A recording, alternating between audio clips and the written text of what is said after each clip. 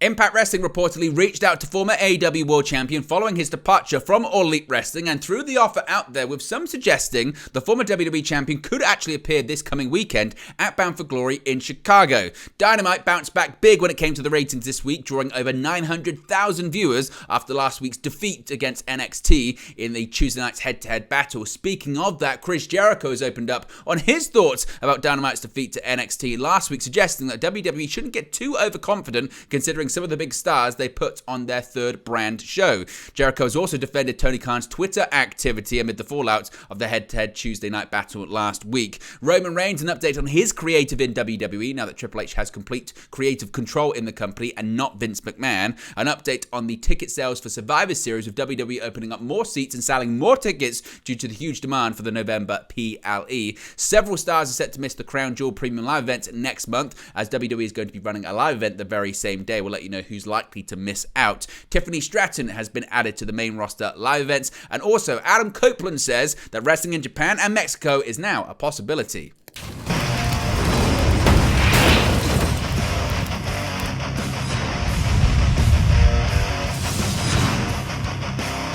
Hey guys, welcome back to Wrestling News 365. Hope everyone is doing very well. As always, there are plenty of news stories to get into in the world of professional wrestling. Let's start off talking about CM Punk, possibly, could it be, to Impact Wrestling? Well, this one's quite interesting considering the events that are on the horizon this weekend. Impact Wrestling reportedly reached out to CM Punk following his release from AEW after the investigation into the events backstage at AEW All In at London's Wembley Stadium. Of course, AEW terminated CM Punk's contract, with a statement being made on September 2nd, 2023. Jack Perry was also suspended indefinitely for his involvement in the backstage altercation at Wembley Stadium in London, England. With interest in Punk's next move, WWE has drawn attention to a recent tease as the company builds to a return to Chicago for Survivor Series on November 25th, 2023. But according to Sean Ross Sapp of Fightful Select, he's recently replied to a tweet asking if Punk could appear at Impact Wrestling this Saturday when Bound for Glory takes place in Chicago, Illinois, of course, Punk's hometown. Sean Ross Sapp tweeted, quote, "I know a lot of people scoff at it, but yeah, Impact would welcome CM Punk. Beyond obvious reasons, people said he was really great backstage when he visited." Now, of course, what Sean Ross Sapp is referring to there is in April 2023, CM Punk paid a visit to Impact Wrestling when it was running an event in Chicago. WrestlePurist podcaster Ibo has revealed that Impact Wrestling, quote, reached out to CM Punk and threw the offer out there. As of this recording, there's been no further details of the offer that Impact Wrestling has made to Punk, so I'll put the question to you. Do you expect to see maybe a cameo from CM Punk this coming weekend at Bound for Glory? Do you think it's a case of Impact not being able to afford CM Punk, even for a one-off? Do you think Punk would do it just to get people talking about him, considering it has been reported that WWE has turned down the opportunity to re-sign the former WWE Champion? Let me know your thoughts about this in the comments section below. Now let's switch gears here and talk about Punk's former place of employment, that being AEW, and the ratings for AEW Dynamite on TBS, and it's much, much better for Tony Khan and company this week back in their regular time slots. AEW Dynamite viewership has increased on October 18. According to WrestleNomics, 901,000 viewers watched the show on Wednesday nights, and it drew a 0.31 rating in the 18 to 49 demographic. Of course, this is way up from last week's episode when 609,000 viewers tuned in against NXT on Tuesday night. The demographic also rose from last week's episode, which drew a 0.26 rating in the same demographic. With the increase in viewership, AEW Dynamite rose to the number 3 show on cable for Wednesday night. Dynamite was only defeated by Fox Sports coverage of the MLB playoffs as well. As to what happened on AEW Dynamite this week, of course, this week's show kicked off with Bullet Club Gold's Jay White defeating Penta El Zero Miedo. Sting also addressed the fans last night and announced that his retirement from professional wrestling will occur at the AEW Revolution pay-per-view in 2024. Elsewhere on the show, AEW Women's World Champion Hikaru Shida defeated Emi Sakura in an eliminator match. Kenny Omega also got back into the win category by defeating Kyle Fletcher in a fantastic match. And in the main event of the show, Juice Robinson won the Dynamite Dozen Battle Royal and will challenge MJF for the Dynamite Diamond Ring in Philadelphia next week. What are your thoughts on the ratings? Is this the bounce back that you expected? Of course, AEW Dynamite drew more viewers this week than NXT, so WWE back into the normal realm of things? Let me know your thoughts, as always, in the comment section below. Now, speaking of the ratings with AEW, obviously last week they went head-to-head with NXT, and Chris Jericho had quite a lot to say on the matter. Last week's episode of NXT was hyped up as the biggest episode of NXT of all time, with the show going head-to-head against a special Title Tuesday episode of AEW Dynamite on TBS. Of course, WWE stacked the show with appearances from John Cena, The Undertaker, Cody Rhodes, Asuka, Paul Heyman being announced for the show. Dynamite, of course, featured the in-ring debut in AEW for Adam Copeland, who defeated Luchasaurus in the show's main event. In the end, NXT came out on top in the ratings, bringing in 921,000 viewers and a 0.30 in the 18 to 49 demographic. This compared to Dynamite's 609,000 viewers and a 0.26 in the demo.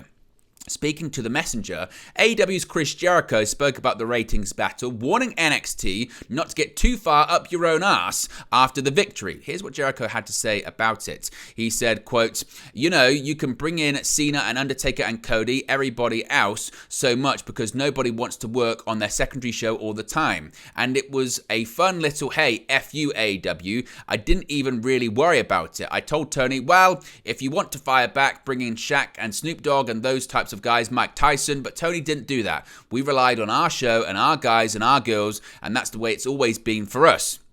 He continued by saying, this would be like a football game where you bring in all of your top stars from years prior and beat the other team 30-26. It's like a video game. Let's bring in Tom Brady from 5 years ago and then play him for one game against Chris Jericho. Okay, you guys won, but you only won 30-26, so don't get too far up your own ass because you didn't do that good of a job as far as crushing us, and our show was better than theirs, quite frankly. So it doesn't bother me. It's competition, man. It's good for the fans. It's good for the companies. Now, what do you make of Jericho's comments there? Does he sound a bit salty, or is he right with what he is suggesting by saying, look, you can only really do that once, and look, hey, it's only because they had those big stars on the episode of NXT that week that they actually defeated us. Let me know your thoughts about that too. Now, as far as Tony Khan's reaction to that, of course, that was Jericho's. What about Tony Khan's reaction? Well, we know Tony Khan's reaction to it because he was pretty, shall we say, vocal on social media. And AEW star Chris Jericho has addressed company CEO Tony Khan's recent social media activity and his comments about WWE. The comments were spurred on by last week's head-to-head on Tuesday night between WWE NXT and AEW, of course NXT winning that. But before and after the shows, Khan had taken shots on Twitter at the likes of the company in general, WWE, Shawn Michaels, Triple H, Vince McMahon, and even John Cena and The Undertaker. Addressing the situation in an interview with The Messenger, Chris Jericho had the following to say about his boss's activity on social media. He said, quote, I learned years ago that bosses are going to be bosses and billionaires are going to be billionaires. I've been working for billionaires for 25 years. At this point, you can't control Tony Khan. He's going to do what he wants to do, and God bless him. He created this company. He runs this company. He also grew up in the social media era. I'm not going to tell him, take your phone away, because he's my boss. Say what you want, whatever. I think it'd be worse if I said that stuff because I'm not the boss, you know. Tony Khan owns AEW. He can do what he wants. I'm not going to tell him no. So, what do you think of Jericho's comments about Tony Khan? Do you think he's just sucking up to his boss? Is it not surprising considering, again, he's talking about his boss, the person that signs his paychecks? Or should Jericho be a bit more critical of Tony Khan about his comments on social media? Let me know your thoughts about that too. Now, switching gears to WWE. Now, there's been so much talk recently about creative in WWE. Triple H having 99.9% power of creative and Vince McMahon's creative powers waning since the Endeavor merger between WWE and UFC was completed to form TKO. Now, even though Roman Reigns took some time off, things are still the same when it comes to his creative process, though. Reigns has been out since shortly after SummerSlam before returning to build to Crown Jewel. Now, of course, while he was out, things changed behind the scenes and Vince McMahon is no longer contributing creatively. However, Fightful Select have been told that Roman Reigns' creative process is largely the same. Both Reigns and Paul Heyman are said to contribute heavily and did, regardless of the head of creative was Vince McMahon, Triple H, or a combination of the two. This has always been the case, i.e. when Vince McMahon was in charge, this was the case. When Triple H was in charge, this was the case. When it was a combination of the two, this was the case. So most likely, it'll be the case nevertheless. Now, beyond that, Michael Hayes is still tasked with handling the production on most Bloodline-related angles, interviews, and segments, regardless of the show. If Roman Reigns is in it, most definitely Michael Hayes is producing it. However, if there is something pertinent to a bloodline-related story, Hayes is usually tasked with that too. For example, Hayes produced the Sami Zayn promo and the tag team title main event on Raw this past week because it had some kind of bloodline influence, particularly with Jey Uso and also Jimmy Uso's involvement as well. Now, for those who have been asking if LA Knight being thrust into the spotlight with Roman Reigns was a result of Vince McMahon being out of creative power, according to Sean Ross Sapp of Fightful Select, that was already happening before the move, so that wasn't dependent on Vince McMahon's removal or anything like that. Now, let's talk about Survivor Series because there's a huge demand for Survivor Series this year. So much so, they've actually added up more tickets after the event initially sold out. Earlier this week, WrestleTix reported that the WWE Survivor Series event had sold out of every ticket available for the Premium Live event, apart from 15 combo tickets for both Survivor Series and SmackDown the night before. Ticket demand for the show had been unprecedented amidst rumors that CM Punk could return for the promotion for the first time in almost a decade at the event in his hometown of Chicago, Illinois. Punk himself even joked about the potential move during a recent Cage Fury Fighting Championship appearance. The demand is so high, in fact, that House of Wrestling are reporting, this comes from Nick Hausman, that they learned on Monday, and we spoke about this previously earlier this week, that WWE is not offering comps to talent or staff working the event because the demand is so high. They're not even giving tickets away. However, WrestleTix has since reported that the company has changed the setup of Survivor Series to accommodate an additional 2,784 seats for a total of 15,342 for the event as a whole. This configuration change also applies to WWE SmackDown the night before, as the same sections have also become available on SmackDown's Ticketmaster page. Now, Nick Hausman of House of Wrestling asked a WWE source if the change was due to the high ticket demand or because of production changes. House of Wrestling report they received a simple one-word response, quote, demand.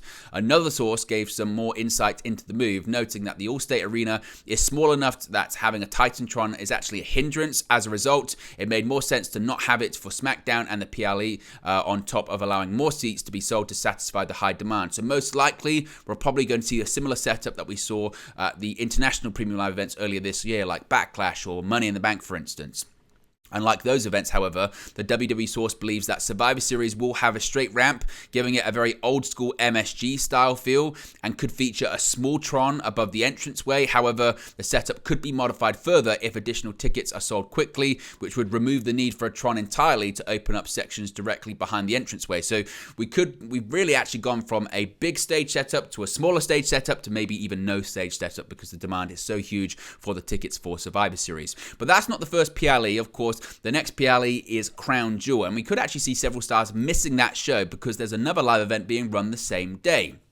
WWE's next premium live event in Saudi Arabia is scheduled for November 4, with WWE hosting its Crown Jewel event. Some of the top matches for the show have been made clear in recent weeks, with Roman Reigns likely to defend his undisputed WWE Universal Championship against LA Knight, and Seth Rollins set for a defense of his World Heavyweight Championship against Drew McIntyre. However, we now know of some big names that are seemingly set to miss the show.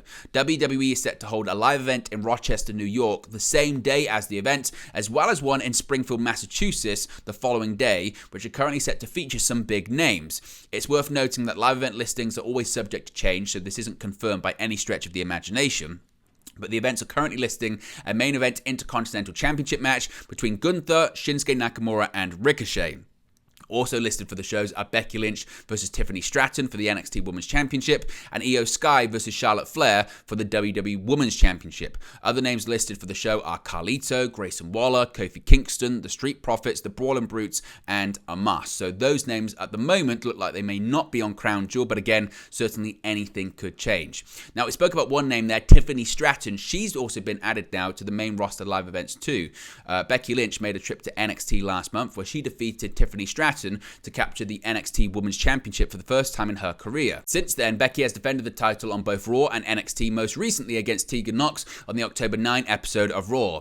Becky is set to defend her championship in rematches against Stratton at the upcoming WWE live events in November. This will be the second time that Stratton has taken part in a main roster live event loop, the first taking place last month amidst her ongoing feud with Becky Lynch. As I mentioned, this upcoming live event loop, though, falls on the same day as the Crown Jewel event, meaning that most likely Stratton and Becky Lynch will not be participating at that WWE PLE in Saudi Arabia.